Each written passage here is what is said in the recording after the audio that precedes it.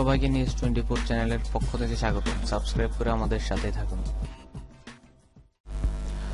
উত্তর কোরিয়ার পরমাণু পরীক্ষা কেন্দ্রে কর্মতৎপরতা পুনরায় শুরু হয়েছে। স্যাটেলাইট থেকে পাওয়া ছবি বিশ্লেষণ করে মার্কিন বিশ্লেষকরা মঙ্গলবার মিডিয়াকে এ তথ্য জানিয়েছেন।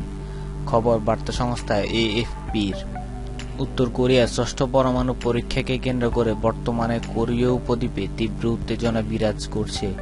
মনিটরিং গ্রুপ 38 নর্থ জানায়, পর্যবেক্ষকেরা গত 25 এপ্রিল উত্তর কোরিয়ার পুনগিরির পরমাণু পরীক্ষা কেন্দ্রের ছবি বিশ্লেষণ করে দেখতে পান কর্মীরা একটি টানেল থেকে পানি বের করে দিচ্ছে। এতে ধারণা করা হচ্ছে দেশটি আবারও পারমাণবিক বোমা পরীক্ষার প্রস্তুতি নিচ্ছে।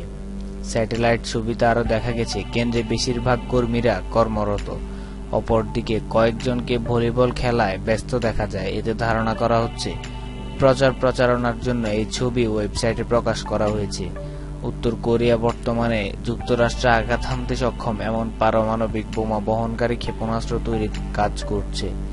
এদিকে মার্কিন প্রেসিডেন্ট ডোনাল্ড ট্রাম্প উত্তর কোরিয়া নেতা কিম জং উনের সাথে সাক্ষাতের আগ্রহ প্রকাশ করেন।